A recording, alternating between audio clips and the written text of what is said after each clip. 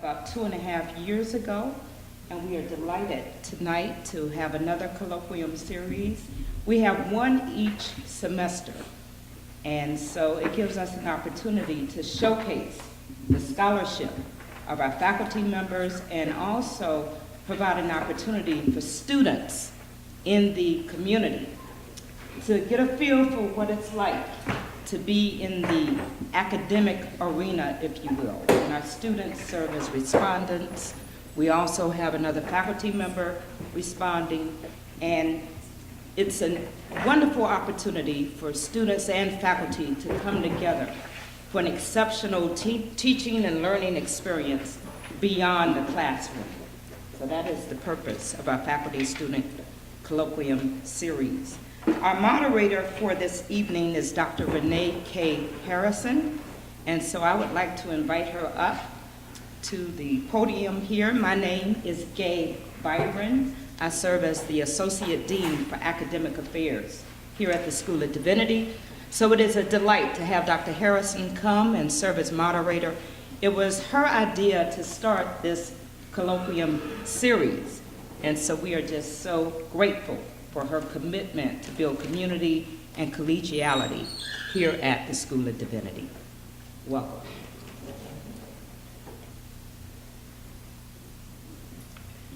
So I have the honor of introducing the panel for this evening.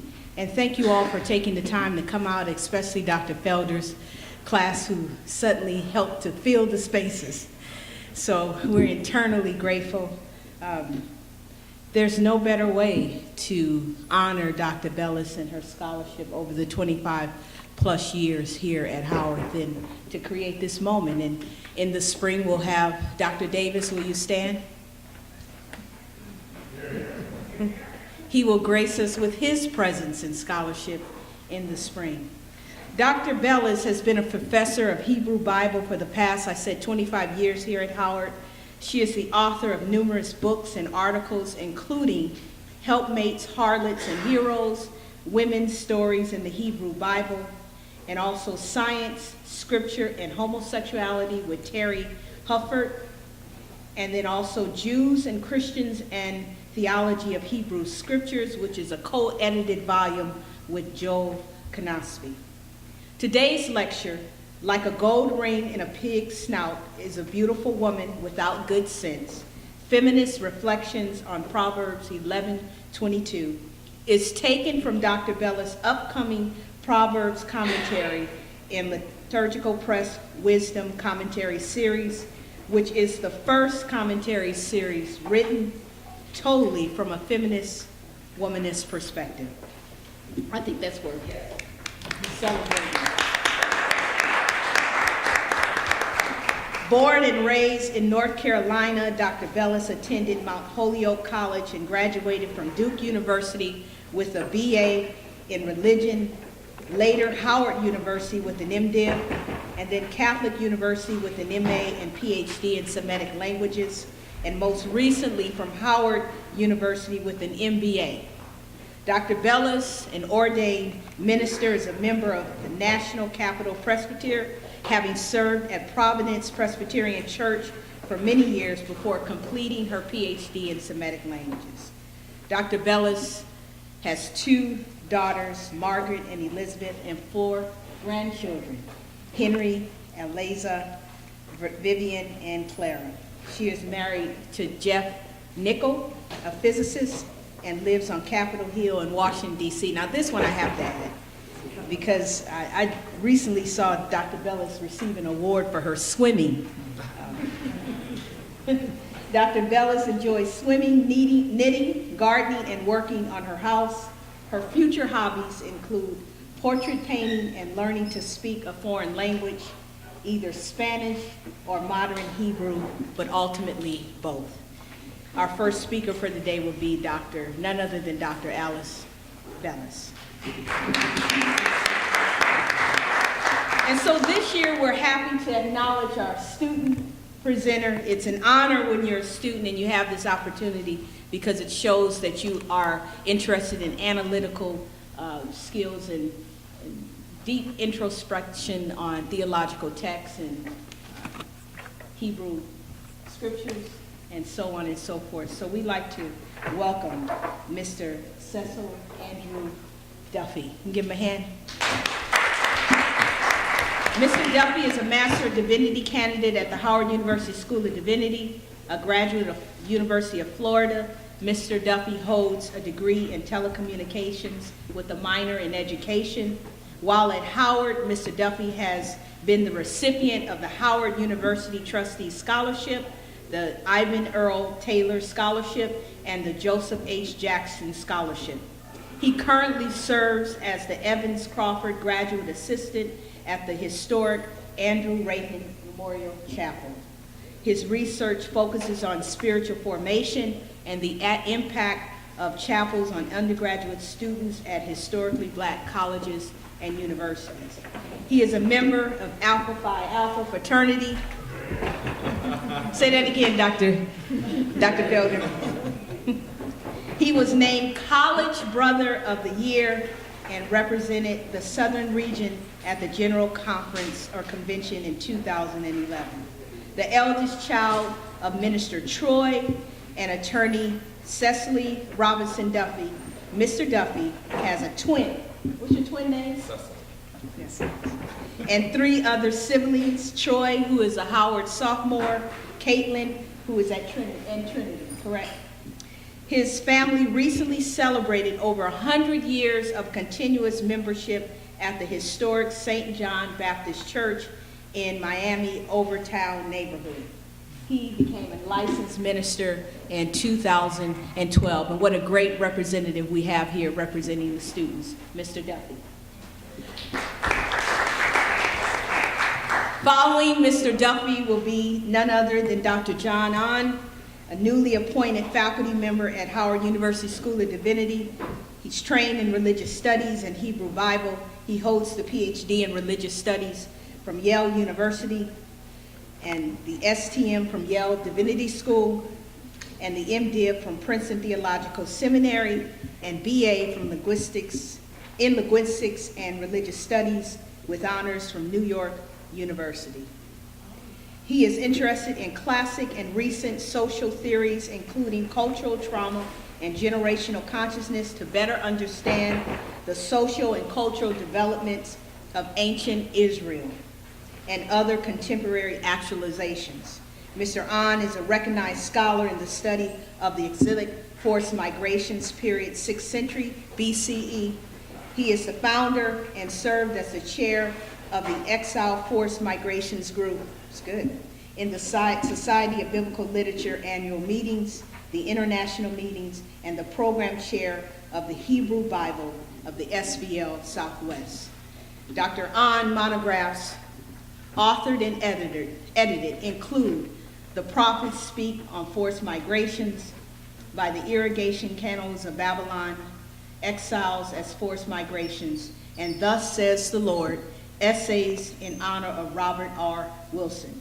Currently, he is working on 2 projects, The Last Kings on Forced Migrations and The Wilderness Wandering Traditions.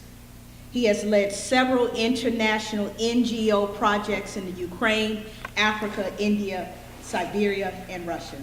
He spent time in Israel as an archaeologist and worked in the wireless mobile industry and leadership development at Samsung Austin Semiconductor, Austin, Texas. Since 1994, he has served congregations in College Point, Bayside, Woodside, Little Neck, New York, and Austin, Texas. Dr. Ahn is an ordained minister in the Korean Presbyterian Church and recently served as senior pastor of the Northwest Baptist Church in Austin, Texas. Let's give Dr. Ahn a hand. I have to say this. I know it's personal, whatever. He is a former NCAA men's volleyball athlete and today enjoys watching the sport. He is Isaiah Lacrosse, Alex Lacrosse, and Caroline Summer, biggest swimmer, biggest fan.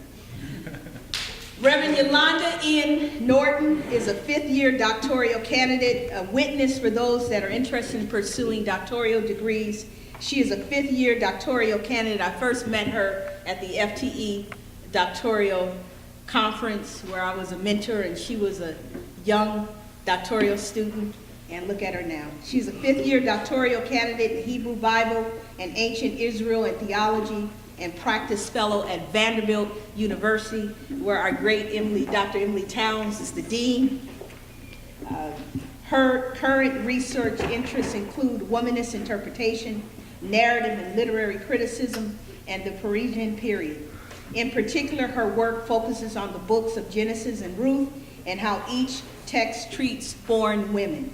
She is concerned with the ways in which insider-outsider paradigms in Scripture influence constructions of identity and facilitate the affiliation and oppression of women of color who encounter the biblical canon in modern world.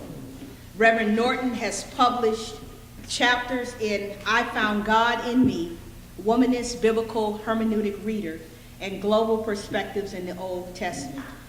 She is currently a visiting instructor at Moravian Theological Seminary and serves as an adjunct faculty at Wesley Theological Seminary, where she has taught Biblical Hebrew and a cultural immersion trip to Israel.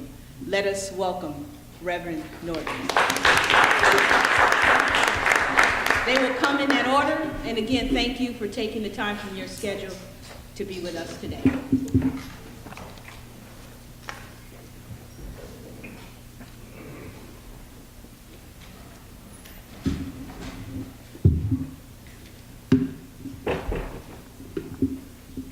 First of all, a big thank you to many people, to Dean Byron for being here to kick things off, especially to Dr. Harrison for thinking up this whole program, for inviting me to do this today, for your wonderful introduction, for your keeping on top of this throughout the months leading up to this to make sure that we got the publicity out and we let everybody know that we were doing this for being a true mother to this program, to make sure that it would happen both today and in future times. So thank you very much. And to my colleagues that are up here with me, who I'm looking forward to your responses in our dialogue. Thank you all so much for your willingness to do this. And to all of you who've taken the time to come out today to be part of this conversation about, in this case, a verse in Proverbs that is a particularly controversial verse, so that I hope maybe together we can throw some light on it and also have a good time. So thank you very much. As you've already heard, the talk this evening is coming out of at this point, the draft of my commentary for the Wisdom series, because it's not yet in print. I'm actually waiting for my editor at this point. The editors for the series are just other faculty members. They are not full-time editors, and she is finishing up with another commentary before she can look at this second draft of my commentary. So hopefully, once she gets to it, we'll be able to get this to the press before too long. But one of the interesting, unusual things about this series is that for each commentary, there is a lead author and then a number of contributing authors, so that there will be a diversity of voices within each commentary. And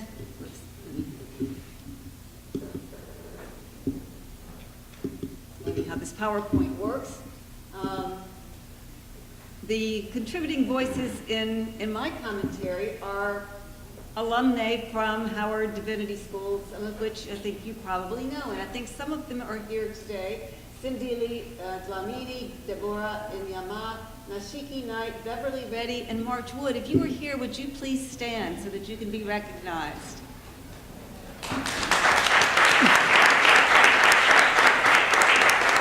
Thank you all so much for coming and being with us this evening.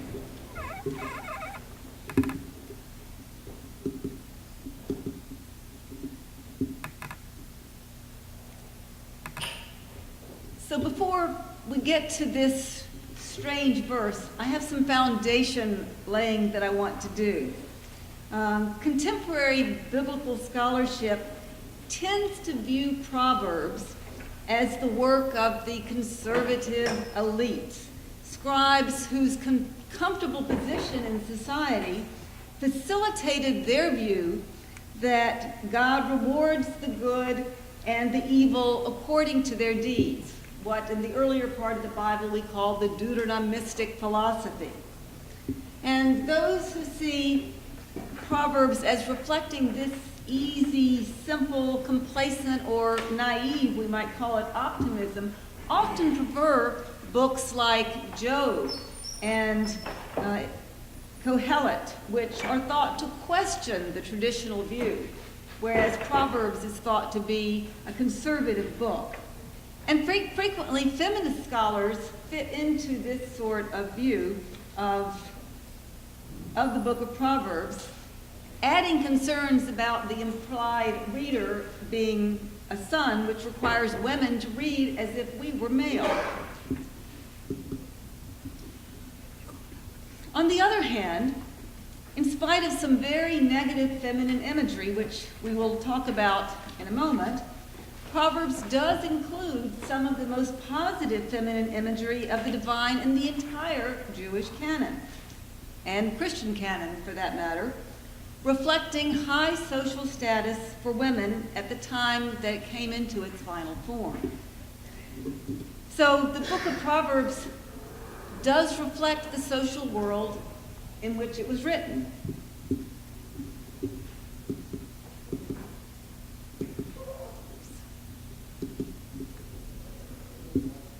So the question really is whether it is a reactionary work, a conservative work, or maybe even a subversive text. In the last case, causing readers to reconsider their perspective on the world. If it's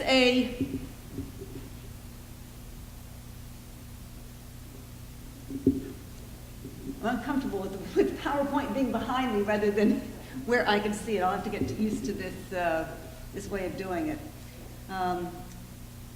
If Proverbs is a product of the post-exilic period, as we believe that it is, a time when the trauma of exile had called into question much traditional thinking, it's possible that Proverbs is reactionary.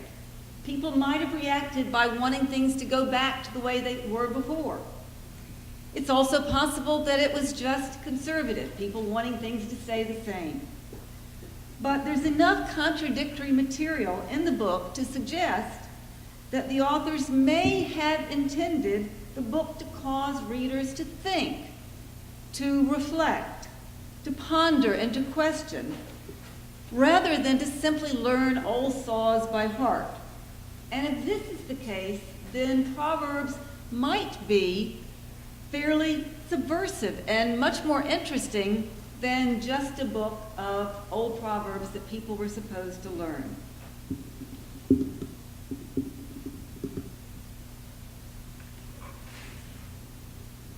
So, thinking about it in that way, the sages engage their audience, enticing them to think deeply about important questions such as wealth and poverty, diligence and laziness, reward and punishment, and the relationship between these qualities.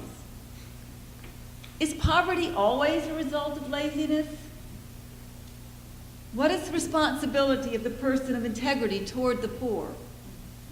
Where does God fit in? The perspective of the sages is more subtle than they sometimes are given credit for, I think. Wealth is good, but seeking after it too diligently is not so good. And wealth is not as important as integrity.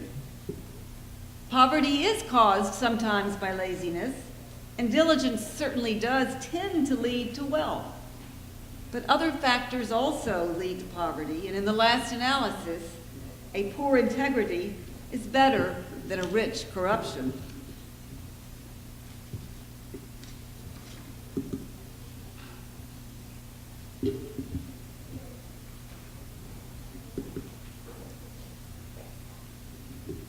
Gender roles had changed in the post-exilic period. And one of the issues at play in Proverbs, of course, is gender roles. At the time that Proverbs came into final form, at least the time that most scholars assumed that this was the case, women's roles seemed to have changed rather dramatically. And by the evidence in the book of Proverbs itself, as well as extra biblical material, we see that women could own property. They could engage in business activities.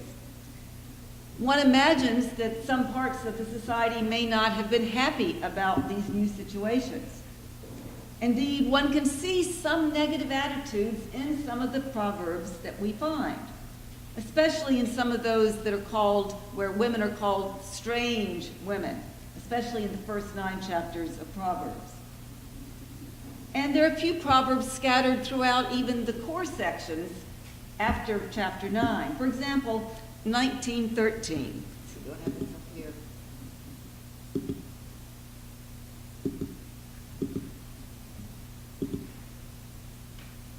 Those are more of them. 19:13. A stupid child is a ruin to a father, and a wife's quarreling is the continual dripping of rain. So the sages include these negative sentiments. They're part of the tradition. They can't just ignore them. But I would like to argue that they are undercut by the strong and positive image of the woman of strength, Aisha Chayil. New RSV translates that, the capable wife, in 10-31, and also chapter 12, verse 4. As well as the personified feminine figure of wisdom in chapter 8, verse 4 through 9:6. It's as if the sages were saying, yes, but.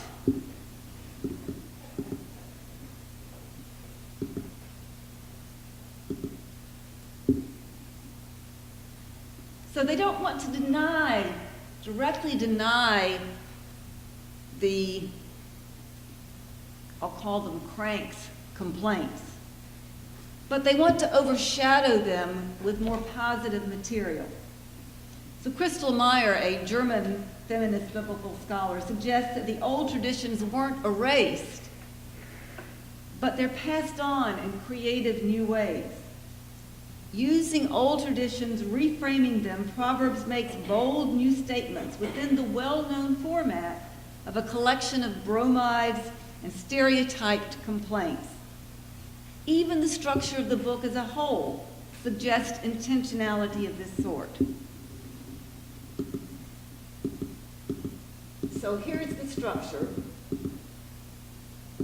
Oops, that's the first part. So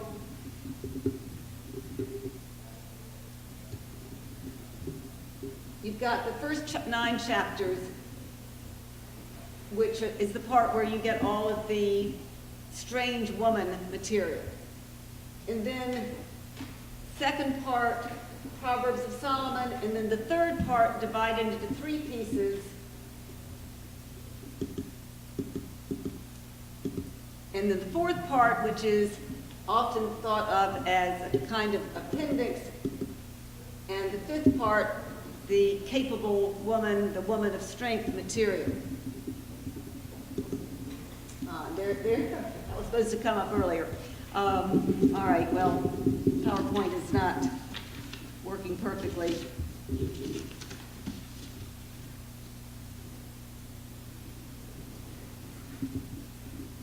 Let me take it back.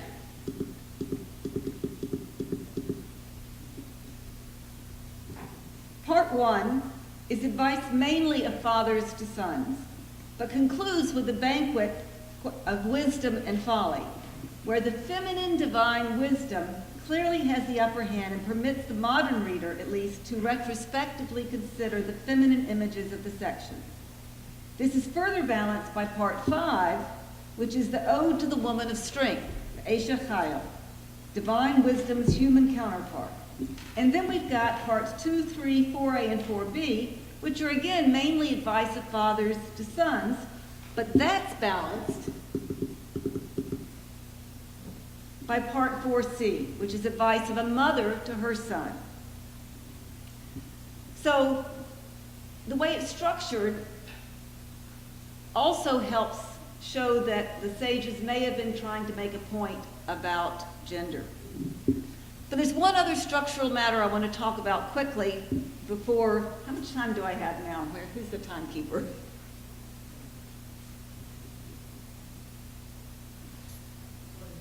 Okay, all right. One other general matter before I get to the actual proverb, and that is that the scholarly majority, let me get to my next. The scholarly majority holds that, for the most part, the sayings in chapters 10 to 29, which is the old core, are basically a hodgepodge thrown together without any ordering principle. And although I will admit that the ordering principles are not obvious or easy to figure out, I do believe that in many cases the Proverbs have been brought together with some ordering principle in mind, with the idea to help the wisdom seeker contemplate the issues created by the juxtaposition of various proverbs. Now, I made an attempt in my commentary to show their interrelatedness and subversive potential. And I've done this in some cases by using other people's work. In some cases, I've made my own decisions about how to group them. And I'm telling you this because this is important in terms of the particular proverb that we're getting ready to look at.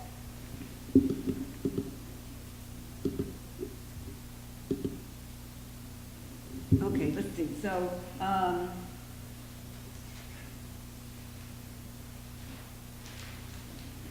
So there's obviously an issue about gender. The original intended audience was clearly boys or young men. This is especially evident in the first 9 chapters, and in the last chapter, the woman of worth, Ashen Hayel. And it is true that it is sometimes difficult for readers who are not male to identify with this material.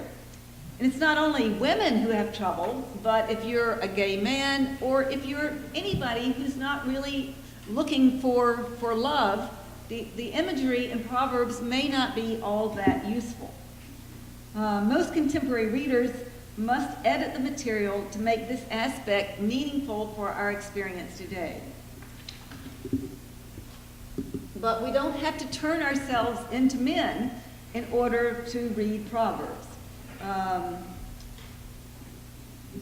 We can recast the imagery if we want to.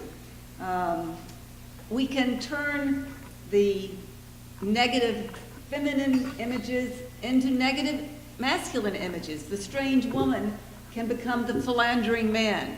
I actually have done this with young people, and it's actually kind of a fun activity to recast Proverbs in a modern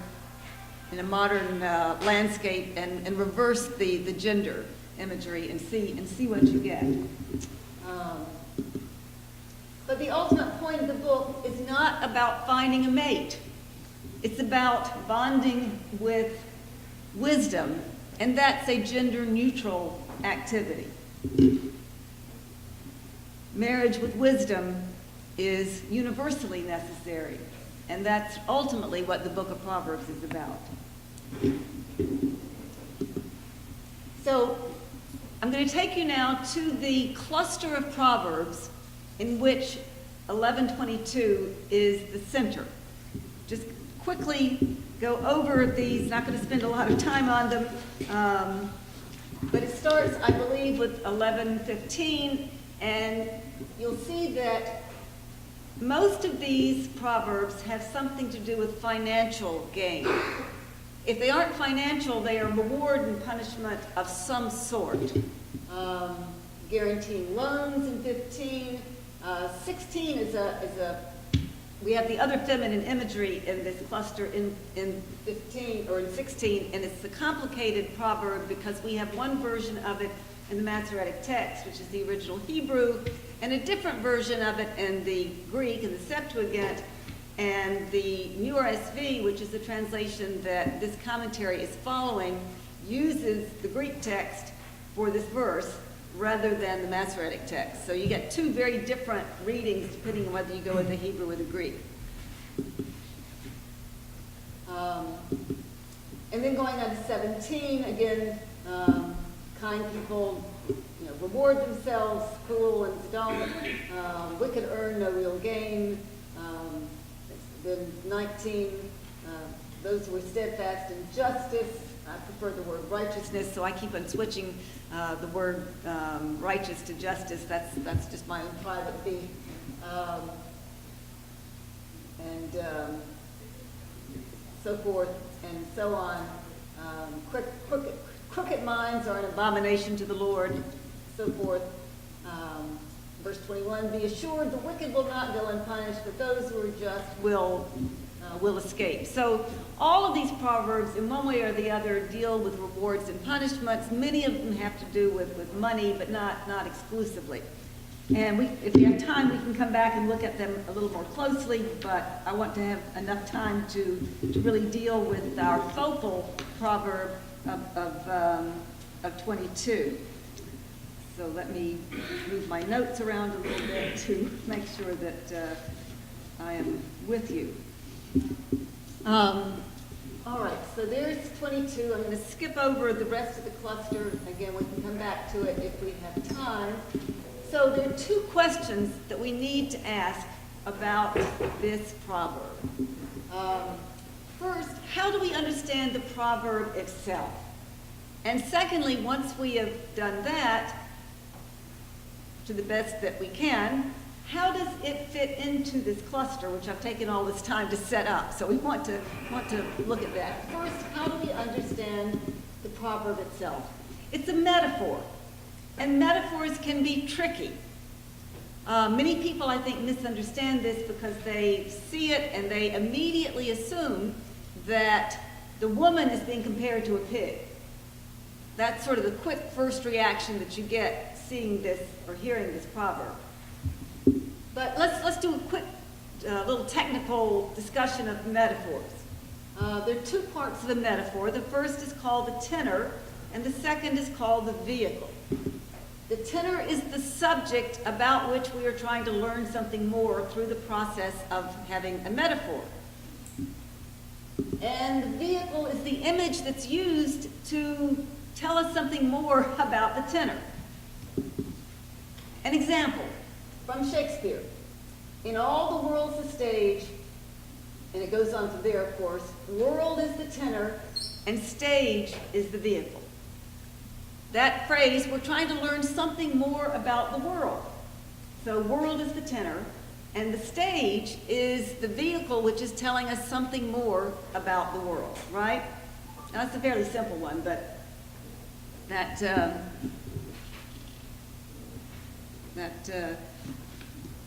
hopefully explains how metaphors work, and probably you already know this, but just to make sure we're on the same page. So, in this proverb, the tenor is a beautiful woman without good sense. That we're trying to understand something more about this beautiful woman without good sense, which is always irritating to meet somebody who is very good looking, male or female, and then you discover they're an airhead, right? It's very annoying, regardless of gender. You meet this person and they're really nice looking, and then it turns out they're really dumb. It's like, shoot, it's just very annoying. So this is a proverb that's trying to probe the nature of the good-looking woman who has no discernment, is without sense. So the vehicle, of course, is the other part of the proverb. the gold ring and the pig snout. That's the thing that's telling us something more about this good-looking but senseless woman. Okay, we can take this a step further. Thus, the woman equals the ring, right? She doesn't equal the pig, she equals the ring. And beautiful is the adjective, equals gold, which is the adjective that modifies the ring. And without sense equals the pig snout. You with me? And by implication, I think, and I'm not certain of this, but I think that, well, you think with me here before I put it the next point. What's the pig?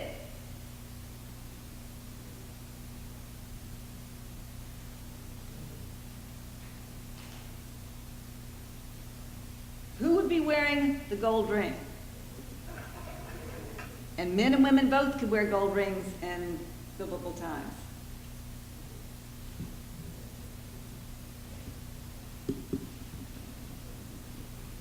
I think the husband is the pig.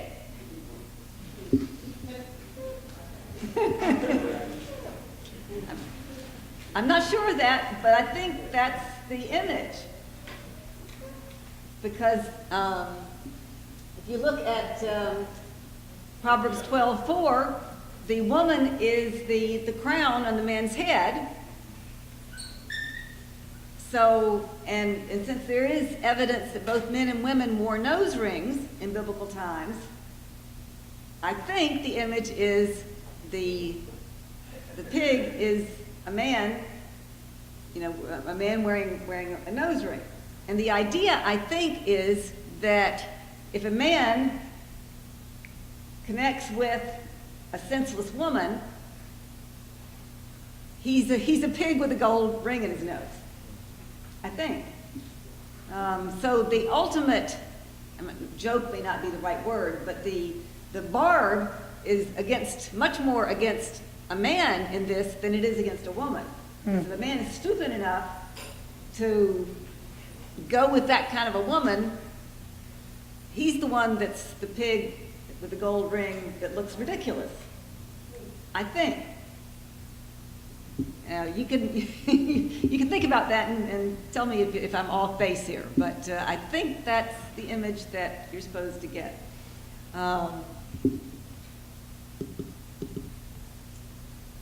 So then the second question, how does this verse fit in this whole cluster of verses dealing with rewards and punishment broadly and finance more particularly? And I think the answer is they all deal with gold rings in pig snouts. That things that would initially appear to be, all that glitters is not gold, to use a more modern proverb, that, and we can go back, take us back to the, here we go.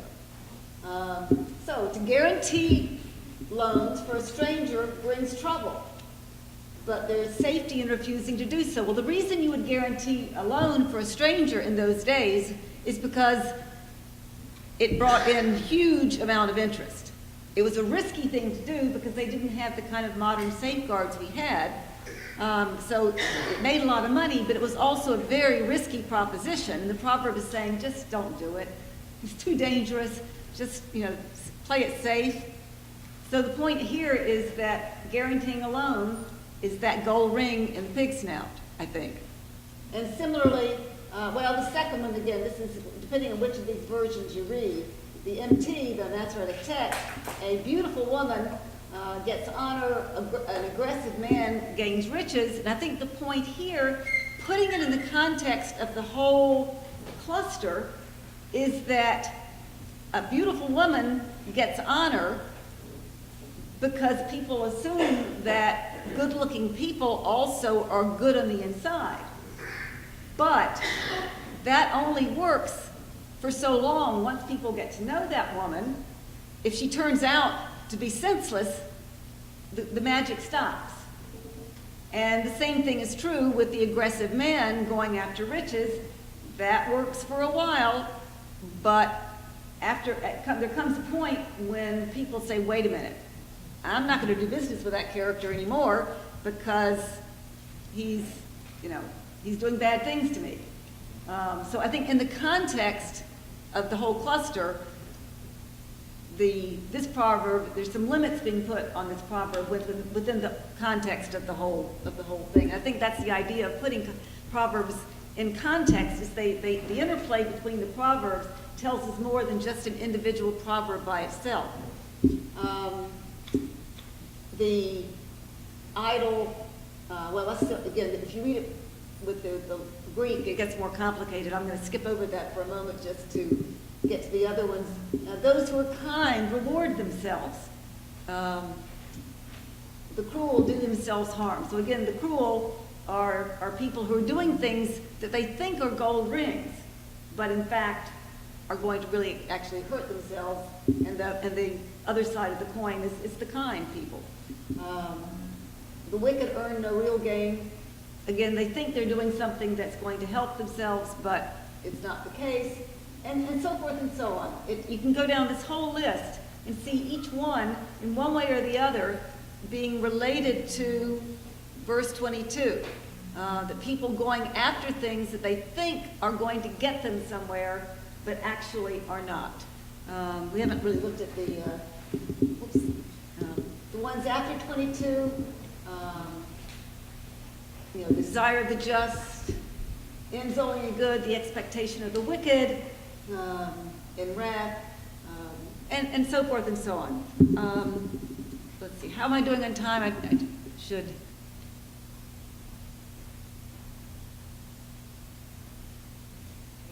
Okay, let me move on then to the sort of conclusion.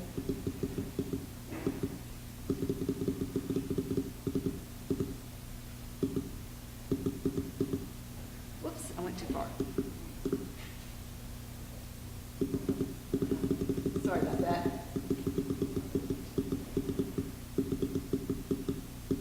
Oh, there it is. So,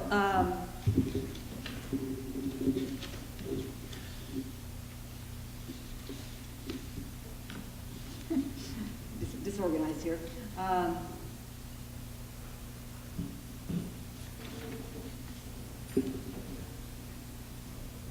Yeah, I guess the conclusion is that basically I think the whole cluster, the sages have brought together proverbs that have to do with reward and punishment, a lot of financial ones, but not entirely financial ones. And then in the middle of it, right smack in the middle, depending on whether you're following the Masoretic text, which only has one verse there, or the Greek, which has two verses, but basically right smack in the middle of this cluster, you've got this strange proverb that at first doesn't seem to have anything to do with the rest of the cluster. And yet, if you look at it more closely, first of all, it certainly gets your attention, but I believe it is the hinge of the whole cluster. That it's the key to understanding the whole cluster, and that certainly it grabs your attention, and if you take the time to think about it, it then gives you the key to read the rest of them and to think in particular about the other feminine image in this group, which basically says, a beautiful woman gets honor. And that might seem a little strange until you realize that in the context of 11:22, it's saying that a beautiful woman gets honor, but only if she also has sense. Even though it doesn't say that, if you read it in combination with 11:22, I think the combination is saying that beautiful women will get honor initially, but if they show themselves to be airheads, that honor is not going to last, even though the proverb doesn't say that directly. But the point I'm trying to make is that you have to read these proverbs in context and not just individually. And I think the sages, or the sage editors who put this together, put it together very thoughtfully to make us think about not just the individual proverbs, but what the ones and together what they mean, because there's some that are absolutely contradictory, and those really make you think. I'll stop there. I may have a few minutes left, but I'll leave some extra time for others. And but I don't want to belabor, and I don't think it necessarily will be helpful to go over the individual ones in the group. I think I'd rather just stop there. And thank you for your attention. Let Cecil, Mr. Button, Mr. Duffy take over.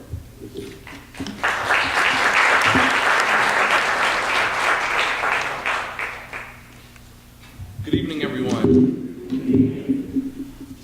First, I'd like to, of course, acknowledge Dean Pollard in his absence, Dean Byron, Dr. Harrison as our moderator, Dr. Bellis, our featured lecturer, Dr. Ahn, future Dr. Norton, and of course, all of you all for your attention and your presence here today.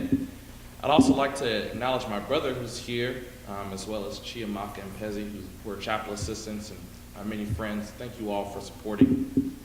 Like a gold ring in a pig's snout is a beautiful woman without good sense.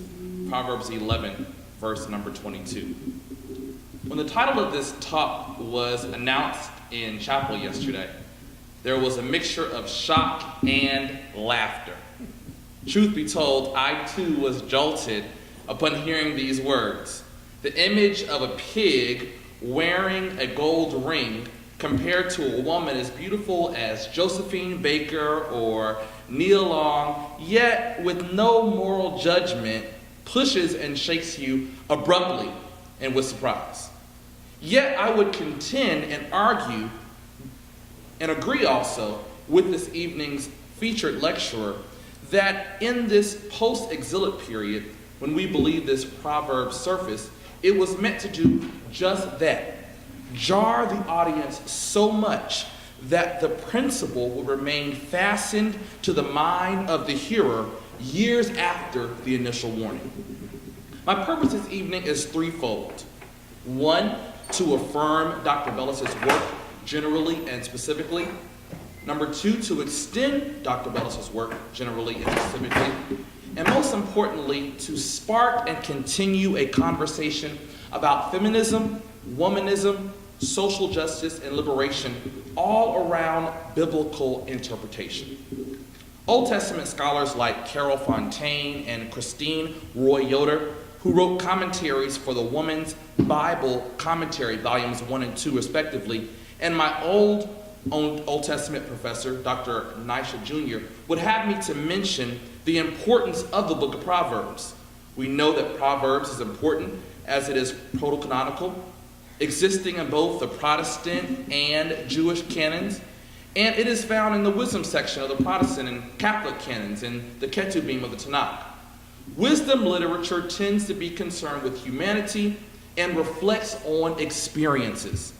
Dr. Bellis, before dissecting the verse at hand, positions the reader in a place of choice. How is one to read the book of Proverbs? Reactionary? Perhaps a person who opposes political or social liberalization or reform? Are you conservative, a person who tends to maintain existing views, conditions, or institutions marked by modernization or caution? Perhaps you are subversive, a person using a systematic attempt to overthrow or undermine a system by working secretly from within. As liberationists and those who read from the lens of a hermeneutic of suspicion, the only logical choice is that of the subversive point of view. This is nothing new, as we do this for all the other texts we read in the Hebrew Bible. Scholar Tremper Longman III mentions that the book of Jeremiah, for instance, wherein the prophet addressed his oracles to the generation of Judeans living just before the Babylonian captivity, Longman asked if Jeremiah's divinely inspired warning about sin impeding judgment and the need for repentance apply only to that time or to those people. We all know the answer is no. They extend beyond to us today, who are not Judeans, but Americans and those who are British, those who are Chinese. Thus, Longman suggests that we read Proverbs in the light of our own modern culture. If we are to read Proverbs subversely and through the light of our own modern culture, what does that mean? Dr. Bellis answers this question in two ways, specifically and generally. Generally, for the book of Proverbs, she states that there are parallels between ancient Near East culture in this post-exilic period and today's culture. She demonstrates this by mentioning the role of women and the fact that they could own property and engage in business activities. Specifically, Dr. Bellis, in her commentary on Proverbs 11, verse 22, goes beyond the initial jolt and explains that Proverbs is not just comparing a woman with a pig. However, the woman's beauty is being compared with a gold ring in an inappropriate place. This is the key. Too often in biblical narrative, we get lost in the story or the characters and we miss the meaning of the story. While Dr. Bellis marvelously provides the perspective of a true Old Testament scholar, there are areas that could provide even more in-depth analysis. She raises 2 points that should be extended. Generally, where is God in Proverbs? And specifically for Proverbs 11 and 22, turning the question around. Generally, where's God? In Dr. Bellis' words, the sages engage their audiences, enticing them to think deeply about important questions such as wealth and poverty, diligence and laziness, reward and punishment, and their relationships to one another. Where does God fit in? Does God give the authority to the sages on behalf of God's self? Or are we left to decipher if the will of the sage is in fact the will of God? Though there are limited theophanies or visible manifestations to humankind of God found in Proverbs, is there a justifiable place to point to God in this section of wisdom literature? This is a question I believe readers will pose based on the perspective of Dr. Bellis' work. It is imperative that this question is answered. Specifically, when it comes to Proverbs 11, verse 22, it comes down to turning the question around.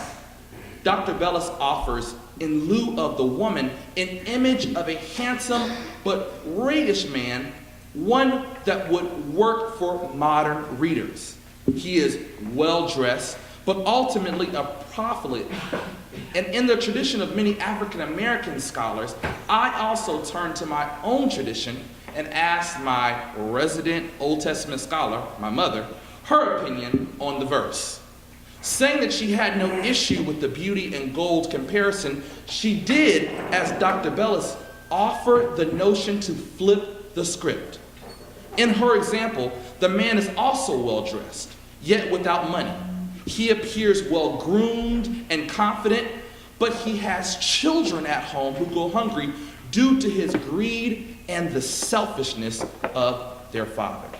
He has the outward appearance of moral judgment, but no internal backing of such credence. This, to me, is a better example in real-world depiction of the lack of moral judgment. Lastly, let's talk feminism, womanism, social injustice, and liberation. Dr. Bellis asked the obvious question, is this proverb sexist? With its masculine nuance of using the beauty of a woman as the base of a comparison, the answer is clearly yes. Carol Fontaine even says that beauty is worthless without knowledge of one's place in patriarchal society.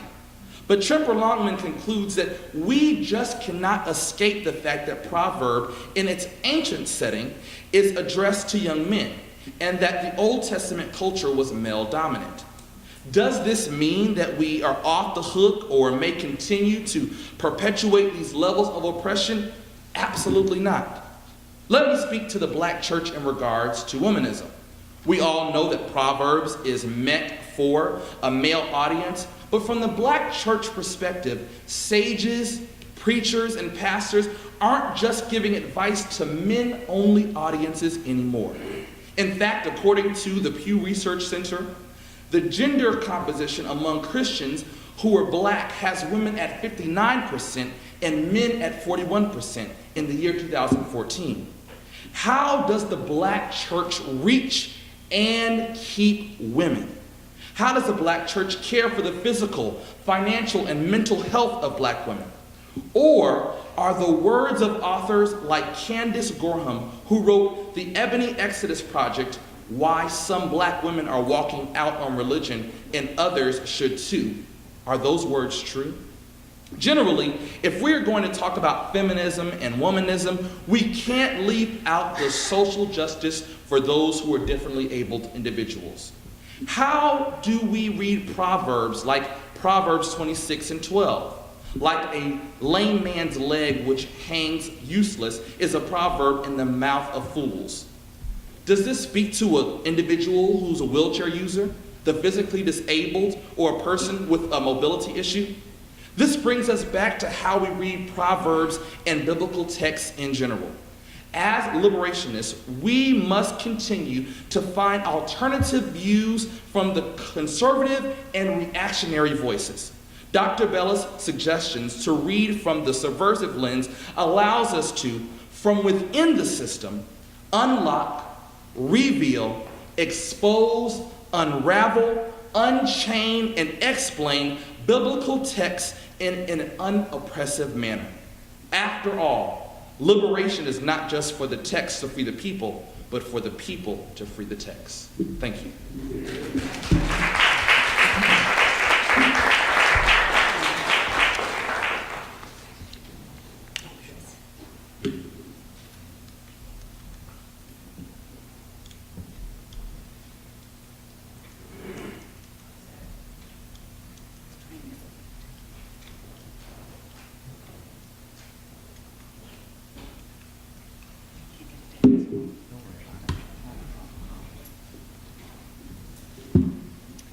Dean Byron, Dr. Harrison, Dr. Bellis, thank you very much for this invitation. I feel now that I'm fully part of the Howard University School of Divinity community. Mr. Duffy, thank you for your comments, and I look forward to Reverend Norton's comments as well, too. Professor Bellis's presentation is a fine example of excellent scholarship, social consciousness, and cultural relevancy. Her commentary on Proverbs, part of the liturgical press's wisdom commentary, rightfully devotes attention to womanist and/or feminist scholarship. Professor Bellis's overview on the history of scholarship on the book of Proverbs is astounding, but moreover, her brief history of wisdom tradition, the third major movement in the Hebrew Bible, functions as a way to respond to the powerful Deuteronomistic or Deuteronomic and priestly traditions that dominate the Pentateuchal tradition, inasmuch as polemics from the prophets that cry out from the 8th century to the 5th century BCE on social and religious justices like Amos and Hosea, and others like Isaiah, Jeremiah, and Ezekiel. Wisdom, or Proverbs, is a creative and refreshing means to encountering or even simply talking about God in conventional terms. Conventional wisdom, everyday life and experience are much needed antithesis to the laws and stipulations and judgment and salvation. Dr. Bellis's reference to the conservative point of view of Proverbs over against Kohelet, or Ecclesiastes, and Job offers an important point. Quote, concerns about the implied reader being a son, which requires women to read as if they were men, end of quote. Indeed, Proverbs is a product of its own social location, deeply seated and rooted in its own social structure. Professor Bellis' statement that, quote, the sages engage their audience about important everyday questions that impact society and the individual, wealth and poverty, diligence and laziness, reward and punishment, are all carefully constructed in precise rhetorical feature. Is poverty always a result of laziness? What is the responsibility of the person of integrity toward the poor? And most important, as you heard a minute ago, from a theological point of view, where does God fit in? But I would ask, where does God fit in the social construction of reality? And where are those social institutions that construct God? Professor Bellis is on solid scholastic grounds by suggesting that the final form of the text is indeed a reflection of the post-exilic period. But our training as redaction critics with a hardened mind for both the contemporary and cultural appropriations begs the question, if and indeed there are other periods, what other additional historical and social reflections do they reflect? And if so, how do contemporary and classically trained scholars deal with the multiple historical and social settings in light of the final form of the text? In other words, do we simply disregard and put all at the end? Or is there a dialogue between the previous settings? And if the final form of the text has indeed shape and is a representation of post-exilic period, which post-exilic period are we talking about?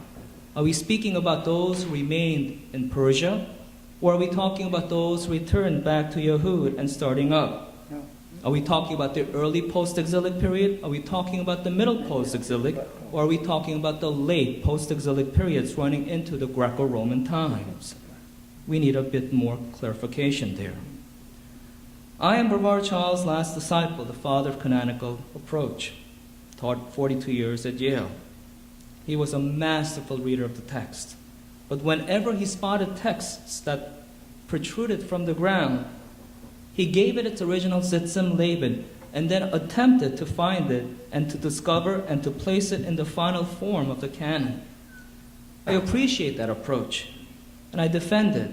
But at times I'm at odds with it because he dismisses and or at times diminishes that historical setting in favor of the final form. By no means is the final form of the text, because there are indeed oversights and eclipses that do take place. There's no difficulty in assessing the Sitzim Leben of a text, but at times the task is a bit more challenging. The carefully crafted points acknowledges that the various settings or describes as social markers, like section 3c, copied during the time of King Hezekiah's scribes, is something that we have just heard. Dr. Bellis makes a brilliant observation that Proverbs 10 to 29 is at the core of the text. Much of the section is attributed to King Solomon. I wonder, Dr. Bellis, if you see anything germane from King Solomon, or is this a mythopoetic construction? Is this just a scribal exercise, attributing the current work to a great past king, an entire fabrication? How much of the core did indeed was this expanded by the latest scribal traditions, or is this a simple scribal exercise? Nevertheless, like all canonical texts, the text expanded just as law grows and is a reflection of society. Are Proverbs also a window into society?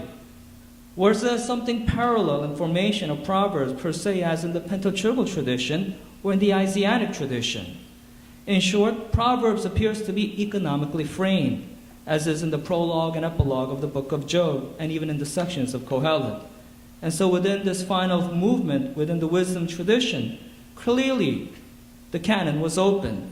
And for those of you who are New Testament experts, the Gospel of John indeed is a reflection of this wisdom tradition.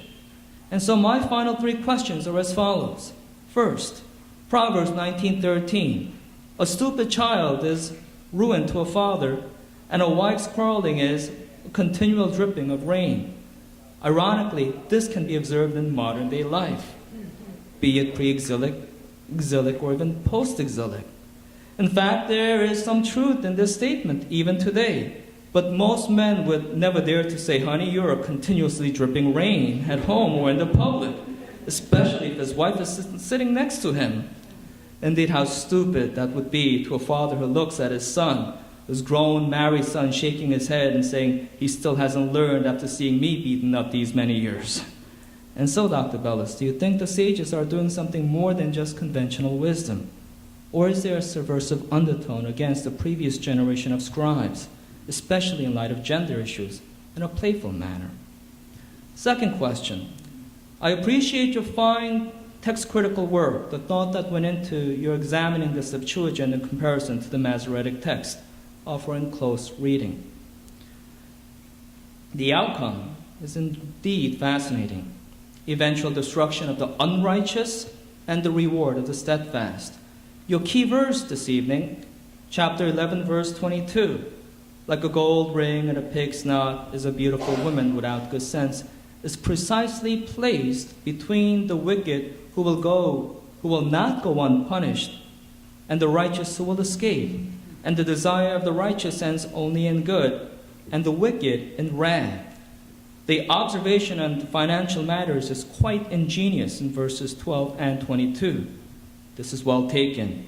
It protrudes out of the text to make the point that beauty, wisdom, is like gold ring, and it's in the wrong place, in a pig's snout. Where is and what is the system leben of this particular pericope? The economic reading of the text in light of verse 26, distributors holding back grain from everyday people, or the relations that we have with people, indeed turns this Proverbs inside and out. We often compare Proverbs with Egyptian, Mesopotamian, Aramaic sayings. My knees keep walking, my feet are tireless, yet a man devoid of understanding pursues me with sorrow is an Egyptian proverb.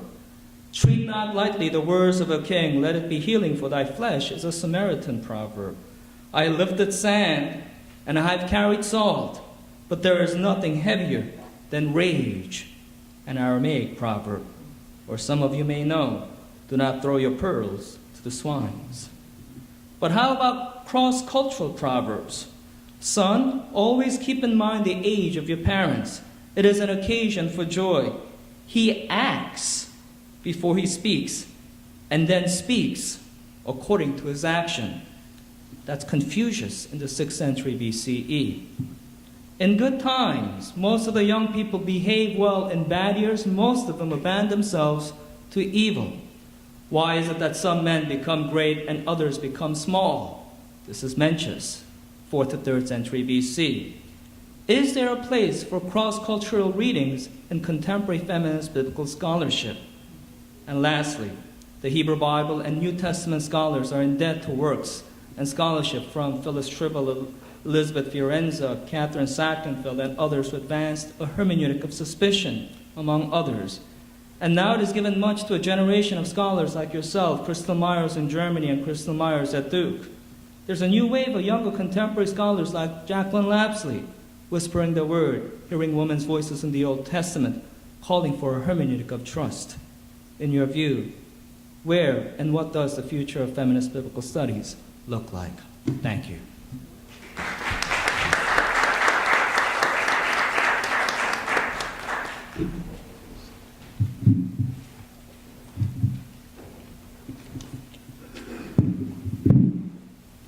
Good evening.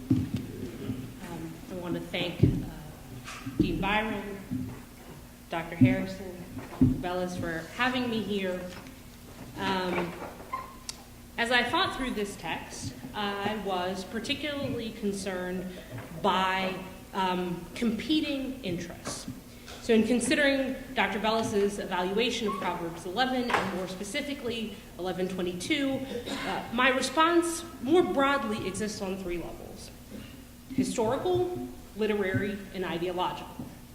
In order to entertain such concerns with any degree of effectiveness, I must confess that in many ways these lines of delineation are somewhat arbitrary in their distinction because of the intersectionality of the concerns raised.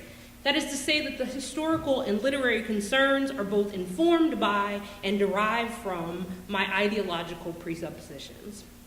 I am a self-proclaimed womanist biblical critic, an ideological critic more broadly, and so as such I am concerned with the intersectionality of race or ethnicity, class, and gender.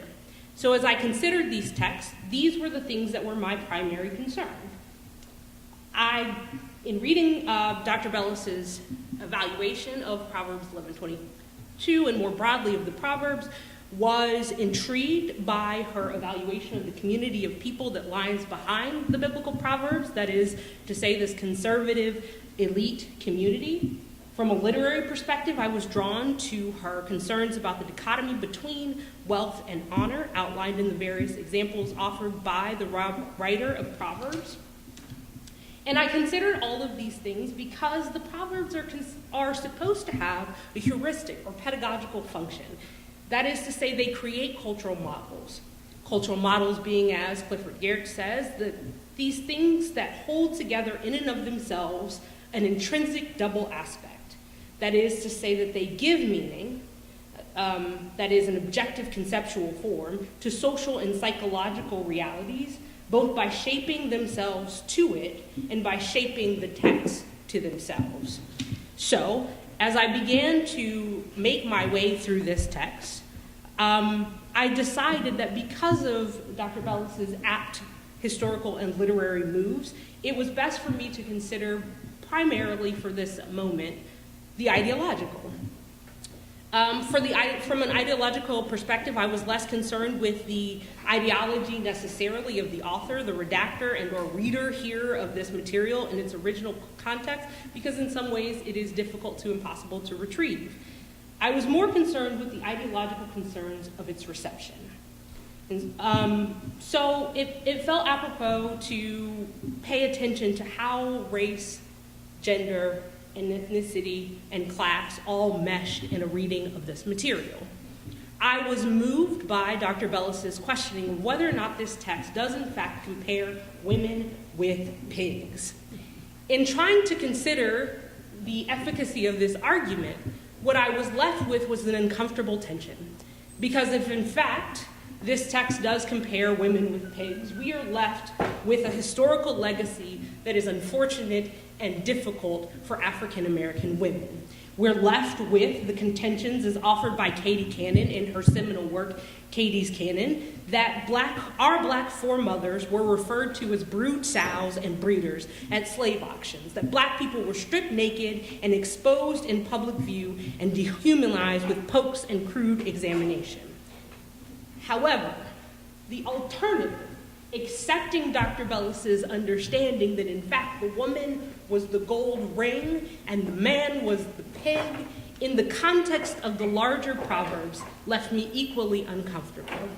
As I made my way through the larger Proverb 11, it occurred to me that thematically what we are dealing with are a series of transactional proverbs.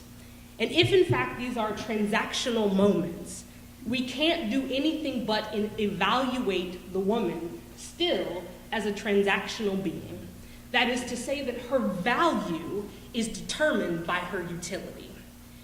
So, if in fact we recognize this on the other side of the spectrum, we are still left to understand women as no greater than their use to the men in the narrative. That is to say, their wisdom and their sense is only as valuable as it can be used within a patriarchal context. In making this assertion, I was then drawn back to the proverb that deals with the capable wife. Sense then becomes the ways in which she is able to maintain the household and operate in the public sphere, but primarily doing those things for the sake of her husband and her children to her own detriment. In making sense of this intersectionality, I was drawn back to the experience of black women who find their public utility being defined by their ability to serve the needs of the larger social strata and not by their own intrinsic value as individuals. As such, I'm not sure that there's anything more liberative about the text when approached from the alternate perspective. What then do we do with this material that continues to be oppressive? The only way that I can then draw hope from reading this text from a womanist perspective was to return to the words of Walter Brueggemann, who says that the Hebrew Bible should be read as descriptive just as often as it should be read as prescriptive. This text, whether the woman is the pig or the gold ring, is a description of gender norms and oppression in an ancient Israelite context. It upholds the elite strata of the people. and therefore sheds a light on the ways in which we construct gender, race, and ethnicity in our contemporary context. Thank you.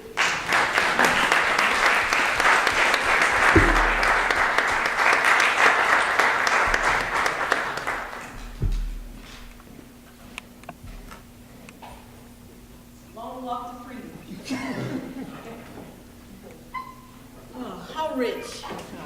What happens when Dr. Bellis says that her future hobby is to paint portraits? That's what you did.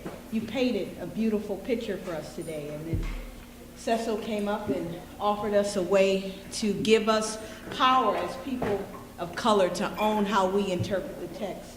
And then you, Dr. Ahn, pushed us to think about the 6 and 11, the situation in life by which the text finds itself. And Reverend Norton, you pushed us to look at intersectionality and how it functions, that to read the text absent of race, class, and gender, and I would argue homosexuality and ageism, puts us at a very harmful intersection of being black in America or people of color. A lot of questions I have, but I'm not going to raise any. Do you have any questions? Please stand. Yes. The mic is here. And while my brother is coming up, can we give the panel another round of applause?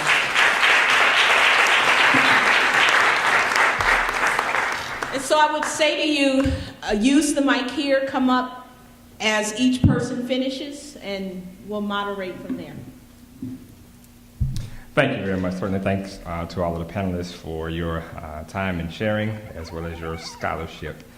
I have a couple of things I wanted to, I guess, address or maybe quibble with a tad bit. One would be the question that you asked, Dr. Bellis, of whether the woman was, or rather what was the man what was the rest of the pig if the snout was the woman. My difficulty with that was to some kind of way try to understand how you separated the snout from the pig, because they seem to be one and the same. Not only that, there was the question of, in essence, doesn't the entire proverb speak to the wisdom, in essence, or lack thereof, in one's decision making? And so how we take that and equate that then to being sexist, when verse 16 clearly shows more value for the woman than for the man. So it suggests to us that the writer of the proverb was in no way being sexist, but rather simply comparing the two. A woman who was beautiful and smart is in no way compared to a pig, as a pig is in essence compared to a woman. So I think for me it's our trying to find something to quibble with in the text, where I don't see the author really doing that. And then for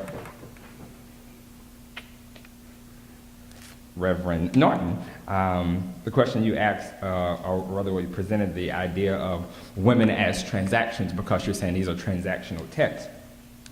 How do we get to that point when they weren't comparing the woman to a transaction, but really using the analogy, at least as I understand it, of a beautiful woman, or in essence the waste of beauty to intellect? So I'm not sure how we view that as being transactional, when it seems to me as though the author is painting a picture of wisdom versus lack thereof. So those are I guess the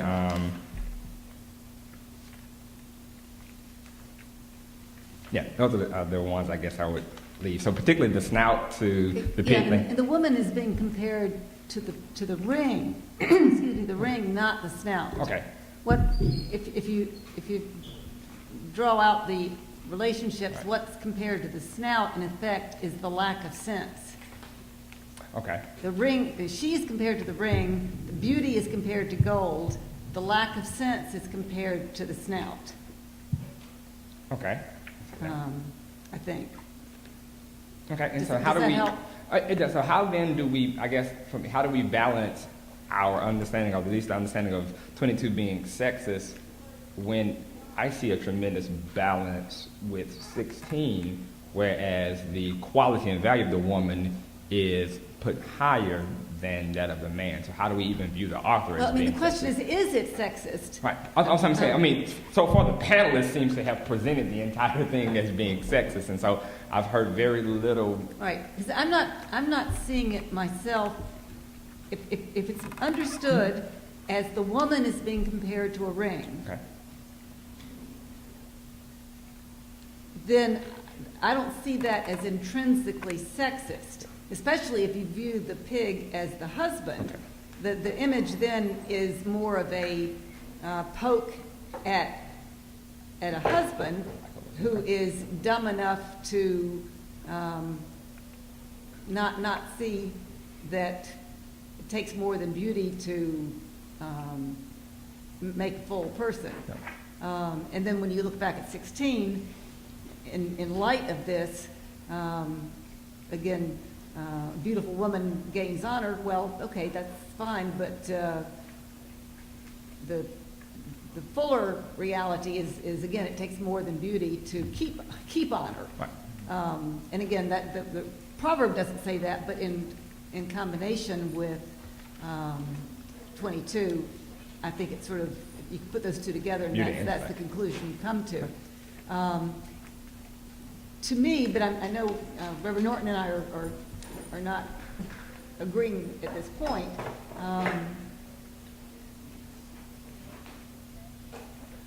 I think, in a way, you can say the same thing about male or female.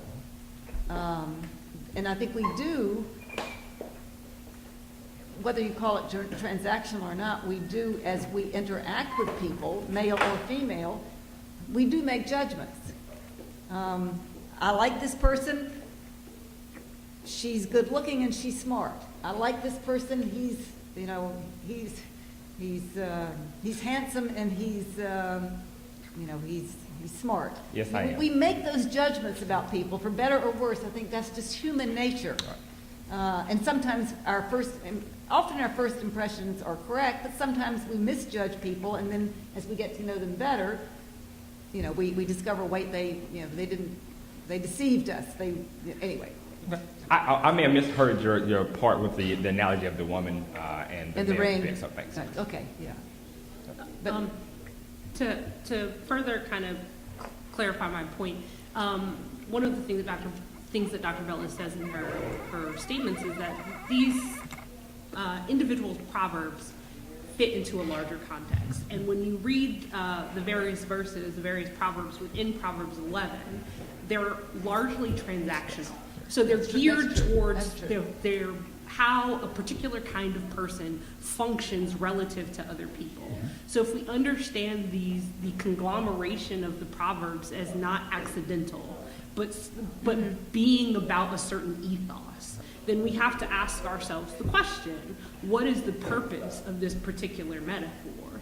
And so part of what I'm arguing is that much like the Proverbs that precede it and follow it, it keeps with a transactional ethos, which is to say, how we evaluate the woman's beauty and or her sense, her intellect, her wisdom, whatever.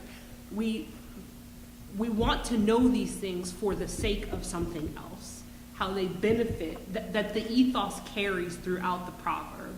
And so it's a matter of what benefit is it to a man if he has a woman who's beautiful but has no sense. That's a transactional comment. That's to say that however you identify her, what is her use to the man? And so it still carries with it a function of being about maintaining some kind of patriarchal norm. I can agree that it may not carry the same sexist implication that we would normally adjudicate the sex with based on our own kind of reception history, cultural norms, and the like. My argument is, though, it raises another issue that should be equally troubling, which is the transactional purpose of women. Thank you very much.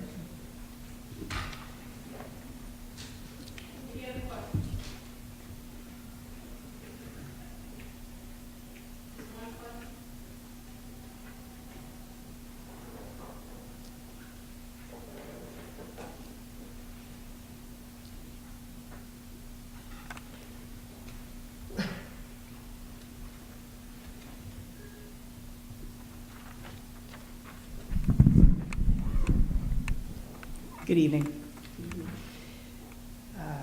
Reverend Norton, I was intrigued by your response, and quite honestly, I struggle with Proverbs for that very same reason. When I am reading, it is through a lens of intersectionality.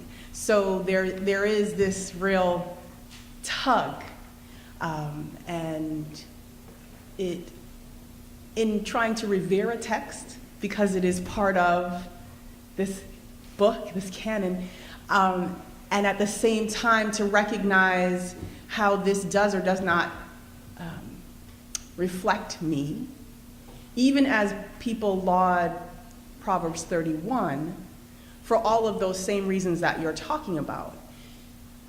And so the challenge and the question that I have been struggling with after your response was, how then do we best use Proverbs within a practical theology, especially within the Black church?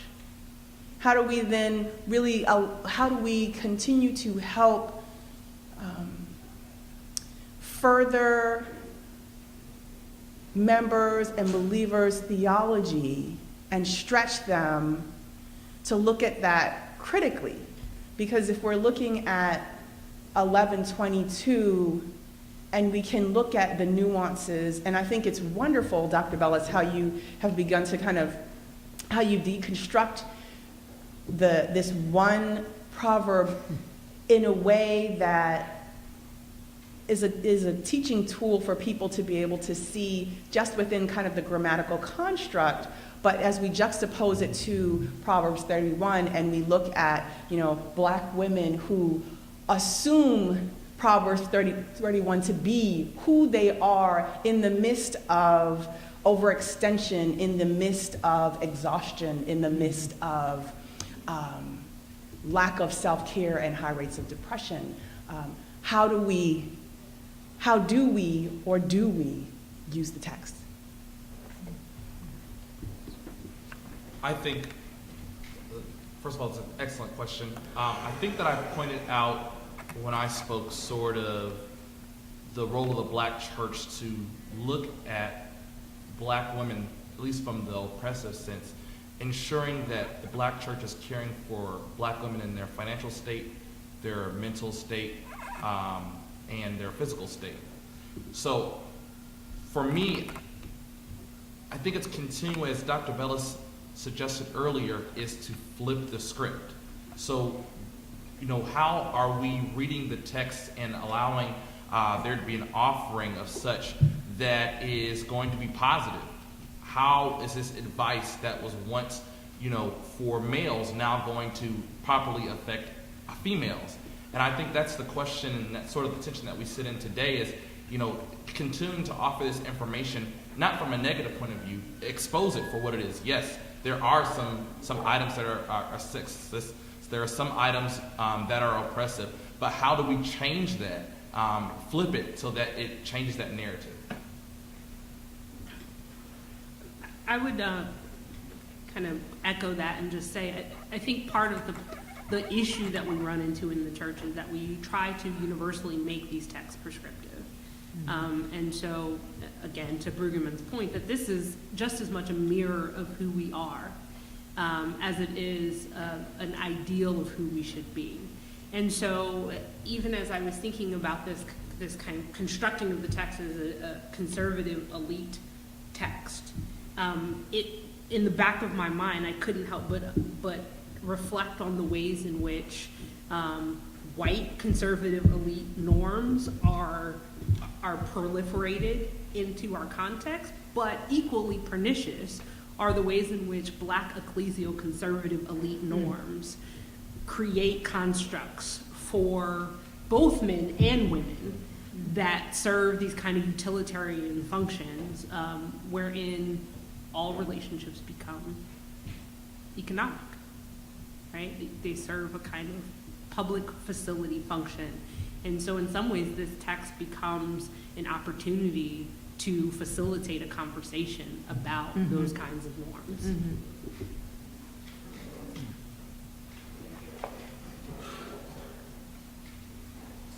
add quickly to what Reverend Norton just said.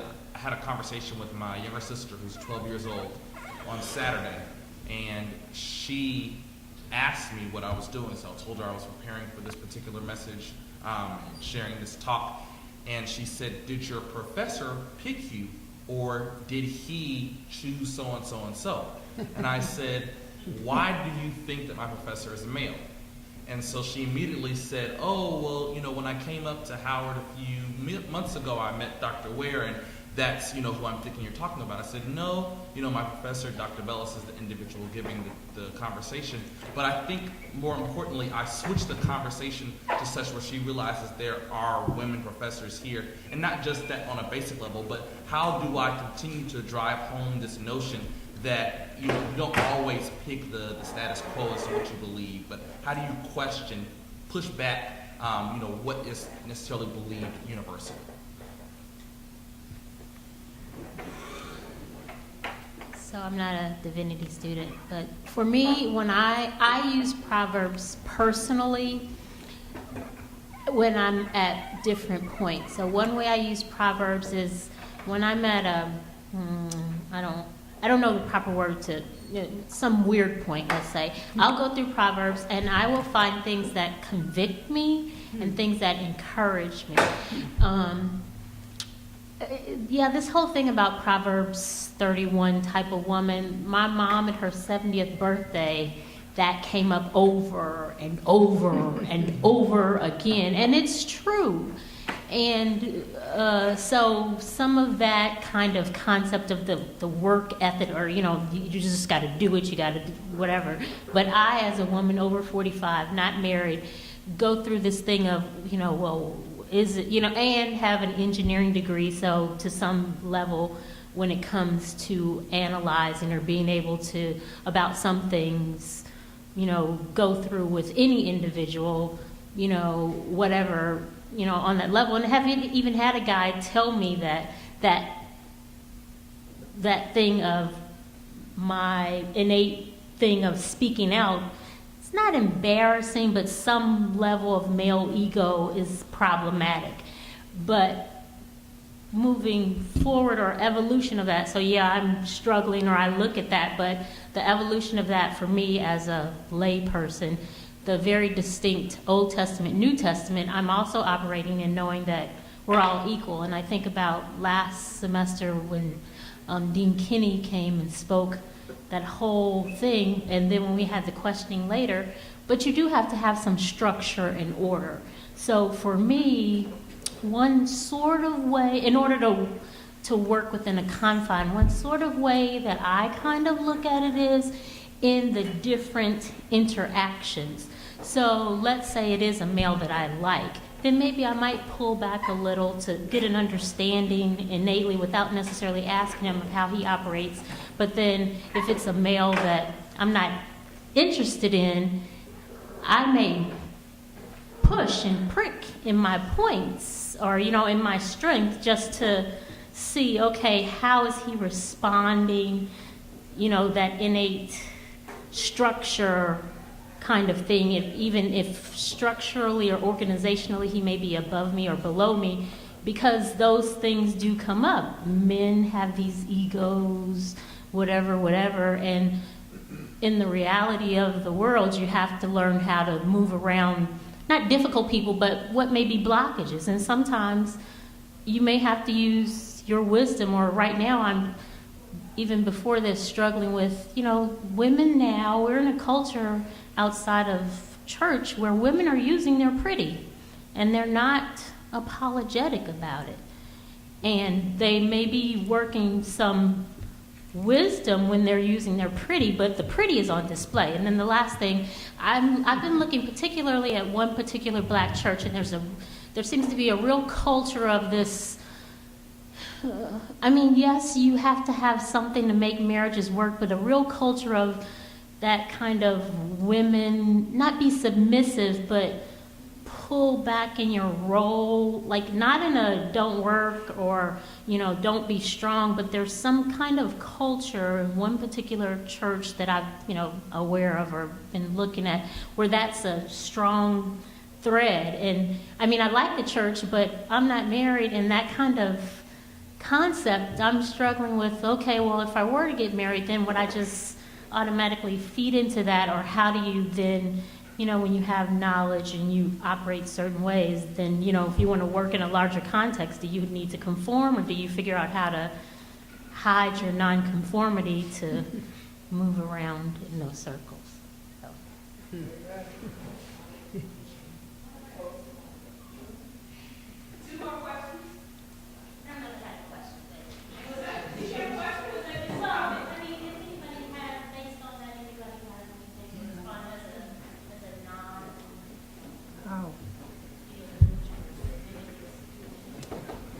have time for 2 more questions. Dr. Davis, No response to? any response to anything? I think that we're challenging that status quo now, at least in this perspective, where we're not accepting those roles or allowing them to be normative. So for me, it's pushing back. Why do you feel like you have to, either based on someone you like or dislike, change your personality? And I think that for, at least from this conversation forward, I'm looking at it as to how we can, again, challenge that particular notion.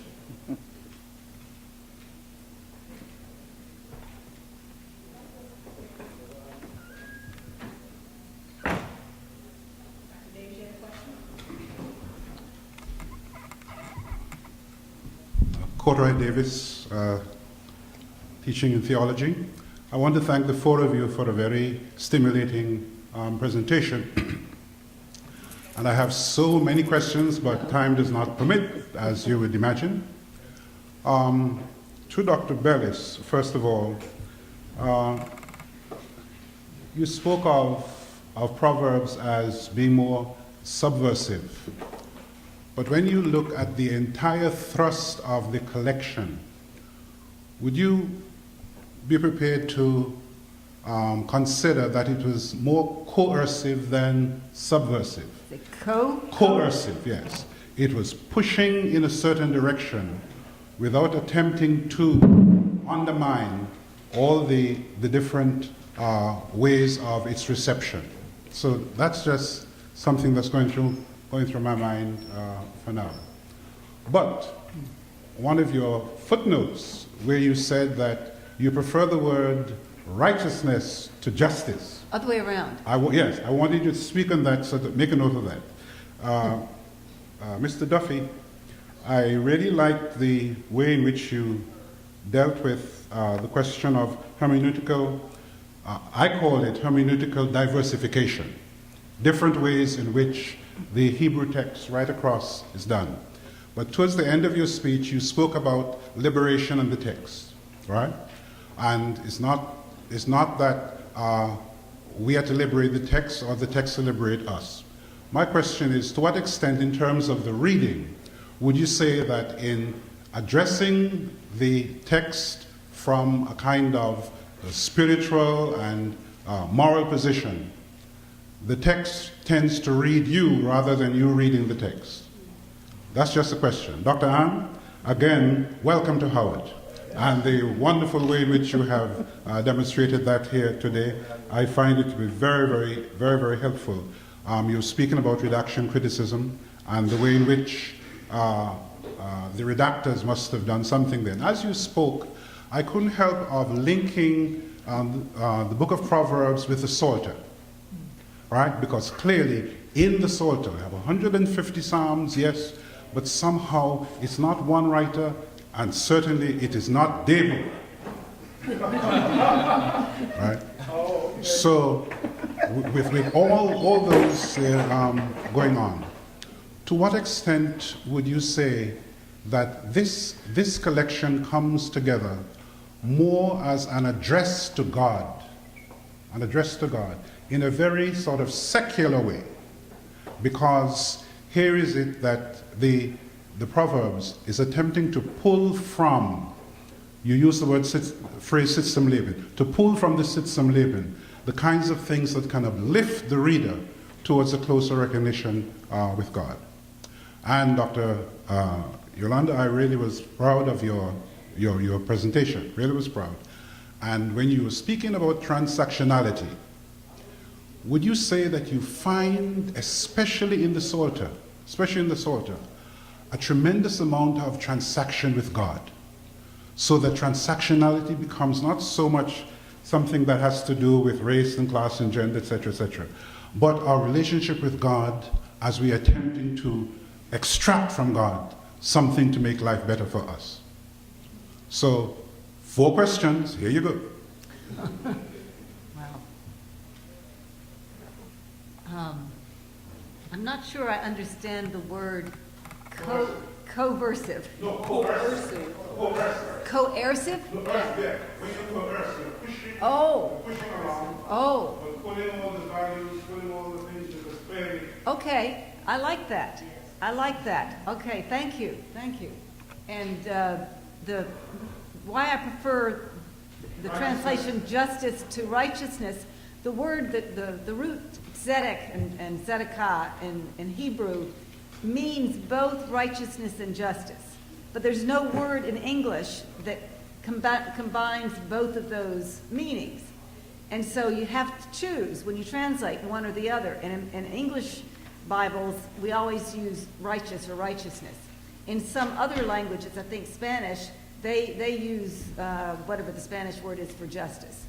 So depending on what language you're operating in, one or the other word gets chosen. And in English, we always choose righteous or righteousness, which to me is a poor choice because for both in our language, we mainly use that word when we're talking about self-righteousness. When do you ever call somebody righteous? It's just not part of our vocabulary. And so I much prefer using the justice end of the definition of the word rather than the righteous side of it because of the way it works in English. But I'm going against New RSV, and this commentary is using New RSV, so it's a problem. It's a problem of mishpat. Mishpat. Well, mishpat also means justice. Yeah. When you interface Zadika with mishpat. Right. Is there any righteous element in mishpat, or is there any judgment element in Zadek? You see my point? Right. I mean, right. That is a problem because their mishpat clearly also means justice. And that's the problem. One tends to be juridical, right, correct? And the other tends to be, shall we say, more social justice. And an attribute of the divine. Right. Well, now, when we use the term, no, right? How can we see ourselves, especially when we use social attached to it? Right. And of course, we can't use social justice. That's too long. So we end up with righteous and righteousness, which just sounds prissy. Well, is there any social righteousness? Again, that's just not a phrase that we use. So we end up with this translation that's not very, very helpful. But yeah. Dr. Davis, I think in terms of my statement, and I'll repeat it after all, liberation is just not for the text to free the people, or for the people to free the text. We often use the Exodus narrative from the Old Testament and New Testament scripture. We have Jesus on the cross as freeing individuals. Of course, his resurrection, allowing that to free individuals. I think that what Dr. Bellis does is give us these 3 ideas in terms of reactionary, conservative, or subversive, and how we decide to read the text. So in the subversive, when we can, within the system, challenge, what has been, said over and over and over as truth, that we are in turn liberating the text to say something totally different. So, and when I say something totally different, it's in context correct, but it is a new and or a breath of fresh air. In the reading that is in the Woman's Commentary for the Women's Commentary Bible, I think it's Dr. Yoder, she says that Proverbs is a breath of fresh air, that often all of these particular Proverbs have something new and fresh each and every time that you read them. So when we read from that lens, we are no longer, I think, as we were talking over and over about this idea of staying within the status quo is that we receive fresh perspectives each time that we engage. Dr. Davis, thank you very much for your question. And my reading of wisdom tradition may or may not be on the same page with Dr. Bellis, but the historical precedence or the historical social location or the Sitzumleben that sort of was the precipice to the construction or formation of the book of Proverbs was the exile. If it was indeed the exile, then here's a first-generation redactor or canonical writer saying the reason why the exile happened was because we were unfaithful to God. If we were faithful to God, then the exile would not have happened. So that's the concluding point, the way that I read the Proverbs. The ensuing generational consciousness takes place in the book of Job, where Job says, look, we did nothing wrong to deserve this destruction. I did nothing wrong. So the second generational consciousness of canonical redactor would say, listen, the second generation, they had no part in the destruction of Jerusalem. And then the third generation consciousness, let's say in Kohelet, would basically argue and saying, you know what? You're arguing completely offline. Regardless of whether it would happen or it didn't happen, you know what? It's about living life. And so he's transcending the sort of the prototypical arguments that are being made in and around the big theme of the exile, as most scholars would see at least wisdom tradition being a response to it. And so that would be my sort of an answer. And on the holistic end, it is a response to God. Why? Because then you understand what grace is that much more. In that case, in that case, should we read Proverbs intergenerationally as well as intersectionally? Absolutely. Absolutely. Thank you for your comments and your question. I think for me, the broader tension in the Hebrew Bible, the Old Testament is a tension between how the relationship between God and God's people is covenantal and how it is transactional. And I think there is, at various points in the Hebrew Bible, the two get conflated. And so transaction becomes the mode of operation for covenant living. But I do think, particularly to answer your question, in the Psalter, in wisdom literature, maybe more broadly, there is a real concern for a transactional relationship with God, which doesn't necessarily have to be a bad thing, but can often be perverted for our own means when we're only able to engage God on that level of our own benefit.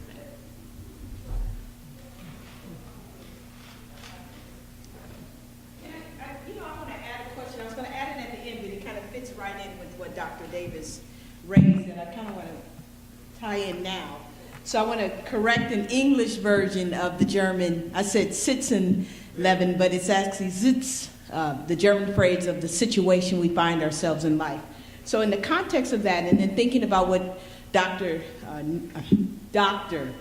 Norton You can speak it into existence. has offered, I wonder sometimes, is there cause in our reading of the text, whether it's intersectional or intergenerational, that in terms of applying a hermeneutic in the way we have as African Americans, is there a time where perhaps instead of a hermeneutic of suspicion, that we need to employ a hermeneutic of rejection, meaning that the text just doesn't work in this generation and in the context of a very patriarchal structure that has obliterated women not as the subject of the text, but as the object of the text. So I'm wondering what the panel would say in terms of the cost to us to try to make the text fit, whether it's a transaction between God and the people within themselves. Dr. Davis is leaving now, but I just want to emphasize, I want to hear what you have to say about when is the case that we apply a hermeneutic of rejection to Actually, that if I can just make a very quick statement there. When you study generational consciousness, the first and 1.5 generation will almost always try to retain what the previous generation has done. When you begin to study second generational works, it's the second generation that needs to reject the previous generation for their work to stand. So when you begin to read the book of 2nd Isaiah, or at least other trajectories in Ezekiel or Jeremiah, or let's say even in the Pentateuchal tradition, or per se in New Testament studies as well too, it's almost a second generation that will almost always reject. There is a theological justification for rejecting what was in the past. Think of the simple phrase, forget the former things, reject the past, behold the new that's about to happen. So in order for the new to happen, you cannot hold on to the past. But the first generation will not reject anything. The 1.5 generation will not reject anything. Interestingly, the third generation will recover what the second generation has rejected. And it's the fourth generation that will once again come back to the second generation. So if you think about the Hebrew Bible, it's Abraham, Isaac, Yaakov, and Yosef. It's a four-generation story. You look in the New Testament, if you get to the book of Ephesians, it's at least third or fourth generation as well too. So the entire Hebrew Bible is framed in a four-generational consciousness. Where does that consciousness come from? From people who are on the move, who are constantly counting who they are and what they are for identity formation, for nation formation, dealing with issues of sexuality, gender, religion, sociology, economy, politics, and a hegemony of various competing cultures. Last question, Byron. I just want to thank Dr. Bellis for your fine paper, and also all of the panelists. It's very instructive atmosphere. I want to hear about the editing process of the contributors. My question has to do with the role of the contributing commentators. You said you were the lead commentator, and I know a couple of... I know at least one additional contributing author has arrived, so let's see. And I think for our students, it's important to hear how Dr. Bellis has been very intentional All right, so about including... stand again so we can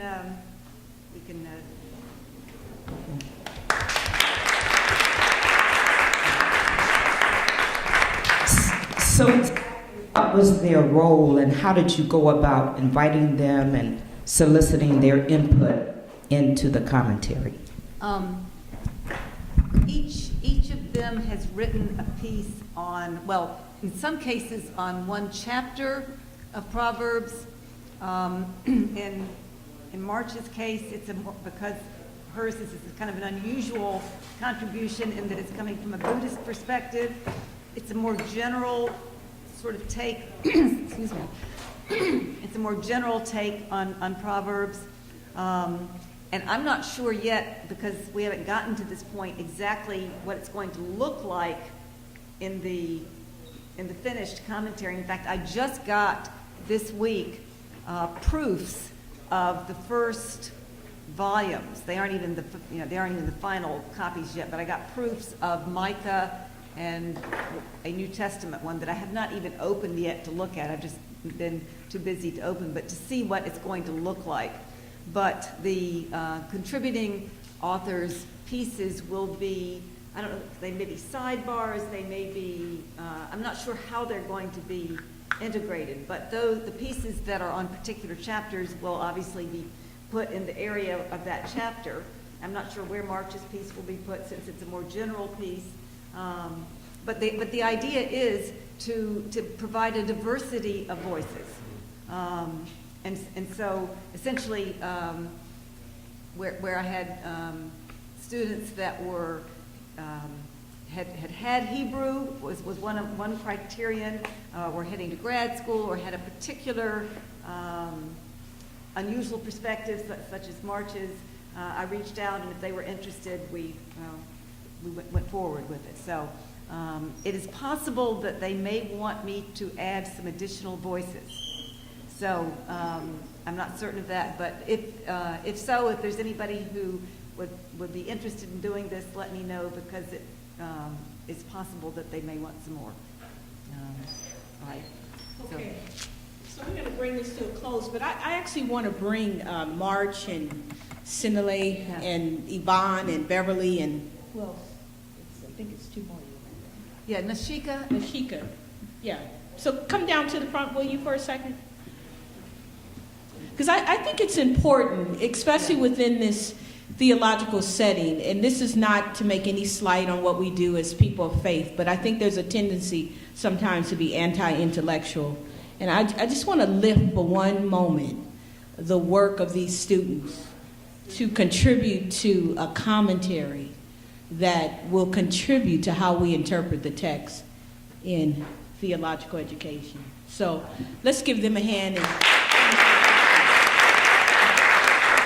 And Yvonne, I want you to come down as well, even though you weren't a part of the commentary, but you are a part of Dr. Bellis' cadre in a sense of a womanist and feminist hermeneutic and the way in which we appropriate the text. I think this is important and an important moment of what it means to model as a faculty member and what it means to not only preach, but think.